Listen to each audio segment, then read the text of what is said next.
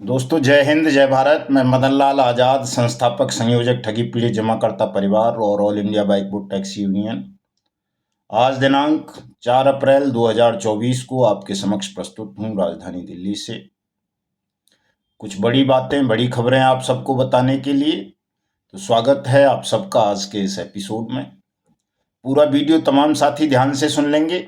जिन साथियों ने अभी तक हमारे YouTube चैनल को सब्सक्राइब नहीं किया है वो इसे सब्सक्राइब जरूर कर लेंगे ताकि आपको घर बैठे अपडेट मिलती रहे। इस वीडियो को ज़्यादा से ज़्यादा शेयर कर देंगे, लाइक और कमेंट भी ज़रूर कर देंगे ताकि आपके मनोभावों का मुझे पता चल सके और उसी के अनुकूल हम अपनी रणनीति बनाकर आप सबका भुगतान करवा सकें।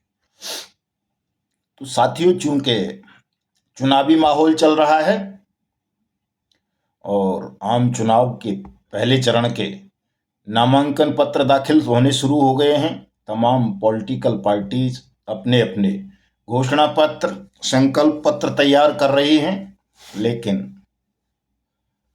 हमारा जो विषय है ठगी पीड़ितों का भुगतान, वो अभी तक चुनावी मुद्दा नहीं बन पा रहा है और संभवतः इसीलिए भुगतान की गारंटी का कानून बन जाने के 5 साल बाद भी देश के 42 करोड़ ठगी पीड़ित जमाकर्ता परिवारों का भुगतान नहीं हो सका है और बेईमान सिस्टम में बैठे हुए अधिकारी कानून के क्रियान्वयन में तरह तरह की बाधाएं उत्पन्न करते हैं।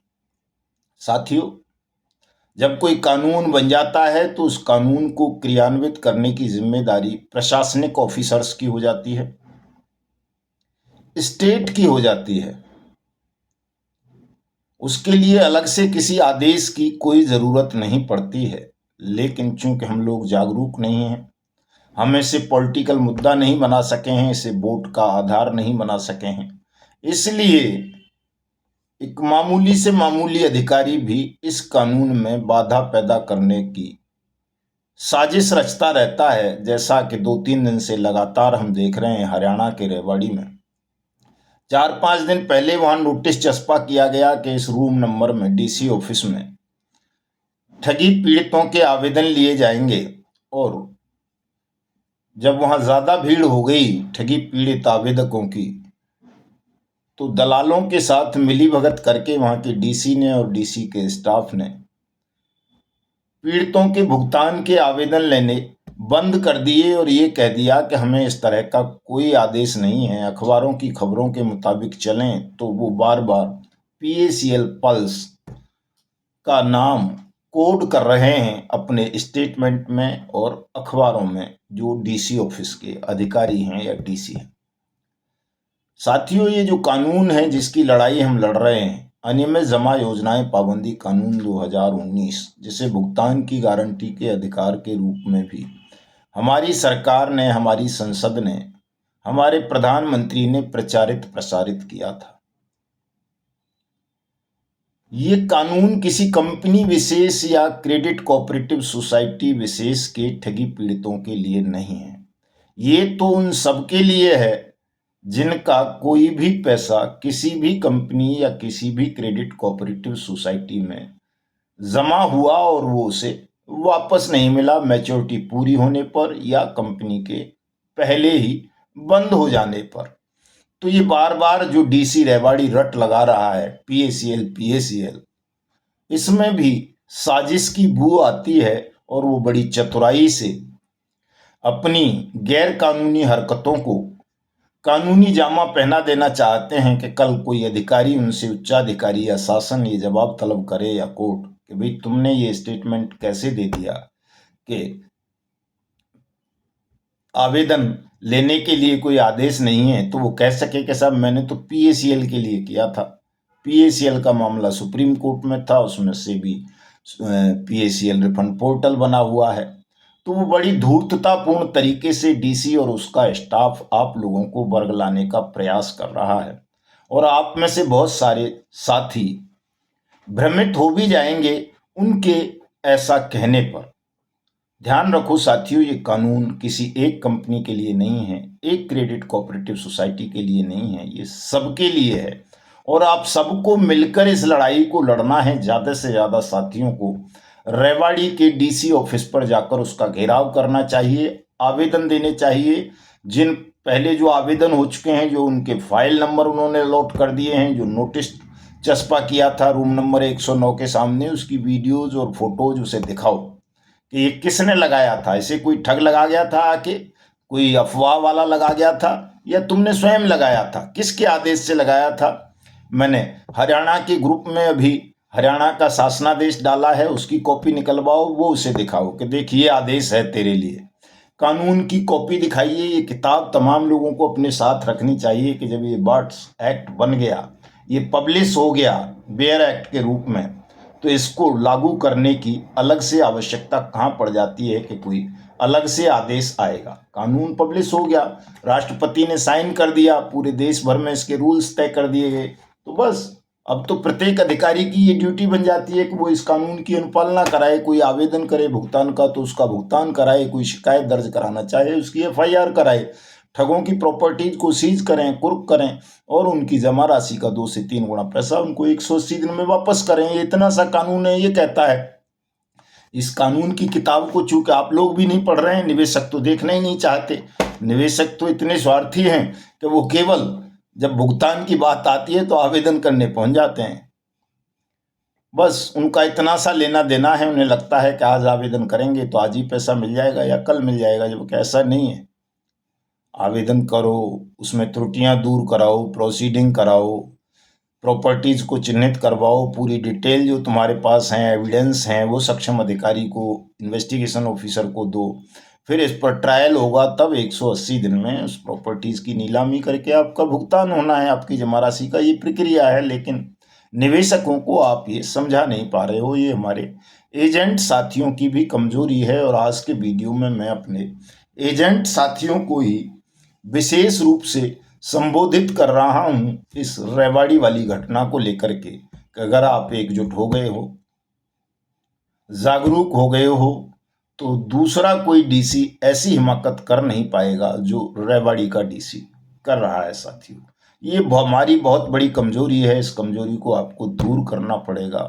हमारे तमाम प्रत्येक एजेंट साथियों को जो पीड़ित हैं ठगी के, निवेशक या जमाकर्ता, उनके घरों तक जाना होगा और उन्हें इस कानून के विषय में बताना होगा।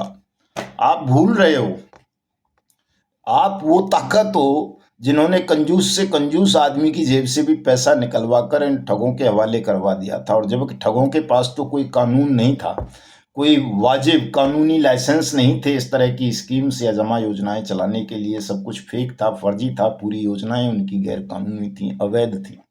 लेकिन आपने उन गैर कानूनी और अवैध योजनाओं को भी फेक फोटोग्राफ्स वगैरह के माध्यम से इस तरह से लोगों के दिल दिमाग में घुसा दिया, बैठा दिया कि लोगों ने मोटे रिटर्न के झांसे में आकर के अपनी मेहनत की पूंजी आपके मार्फत इन ठग कंपनीज और ठग क्रेडिट कोऑपरेटिव सोसाइटीज के हवाले कर दी, और वो अंततः डूब गई।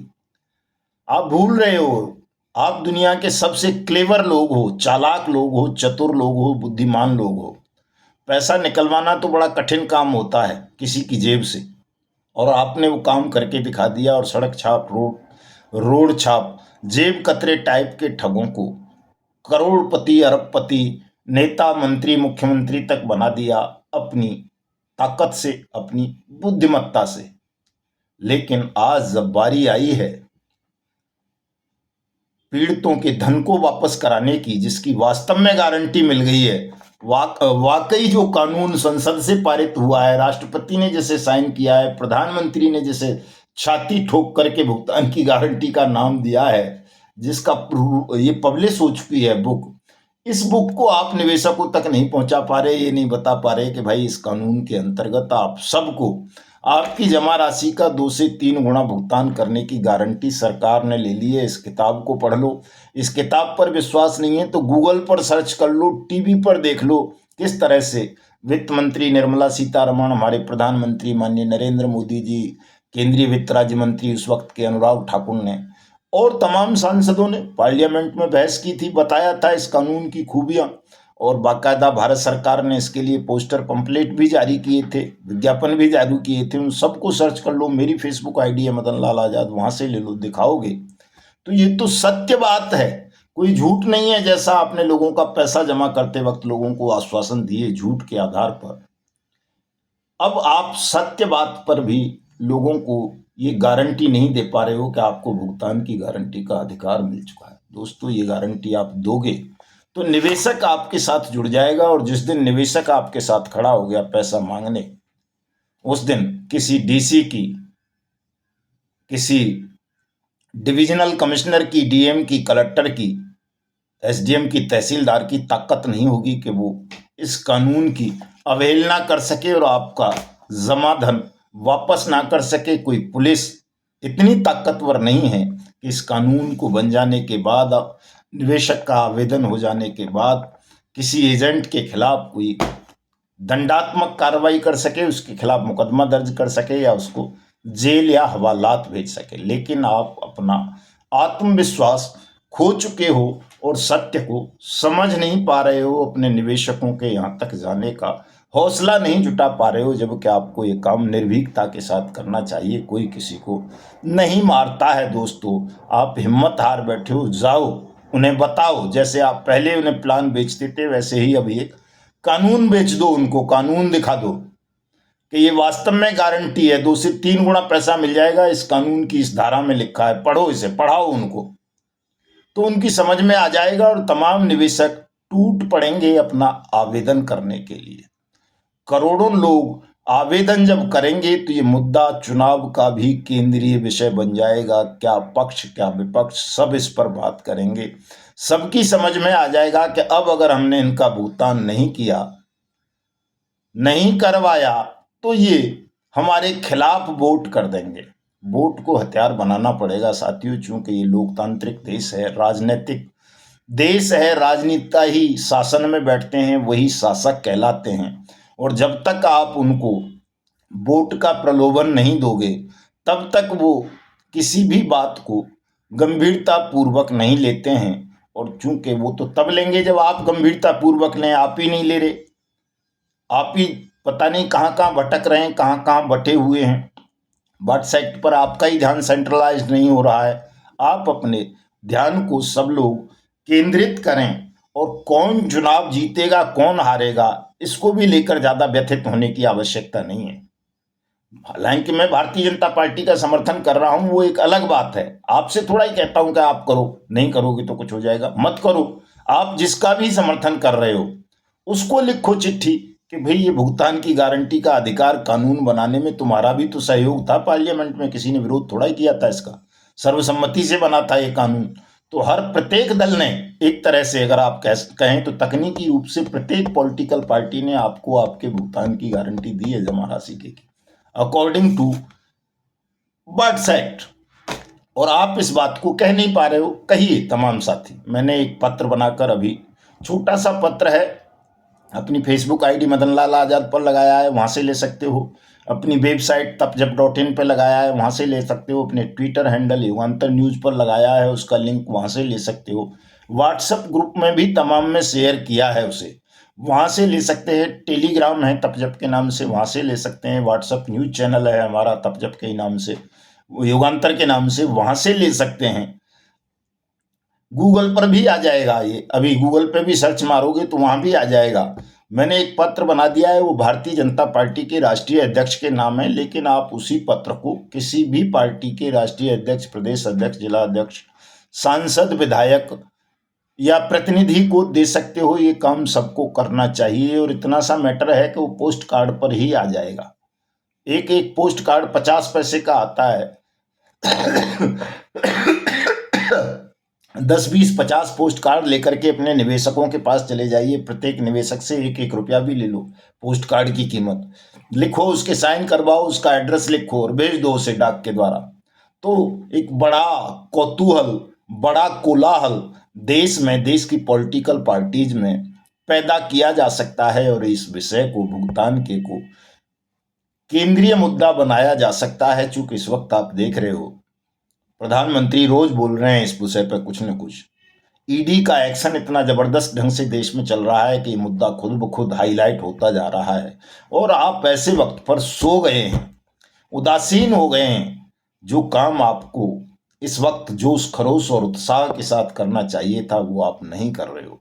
दोस्तों, करो इस काम को। अगर आप नहीं करोगे तो निश्चित रूप से आप घाटे में रह जाओगे, और आप अपने लोगों का भुगतान नहीं करवा पाओगे, और जब उनका भुगतान नहीं कराओगे तो आपकी गर्दन पर उत्पीड़न की, गिरफ्तारी की, शोषण की तलवार लटकी रहेगी। इसलिए इस तलवार को हटाना है तो निवेशकों का पैसा दिलवाने के लिए निवेशकों को जागरूक करो, उनके आवेदन कराओ, उनसे एक एक पोस्ट कार्ड जरूर भिजवाओ।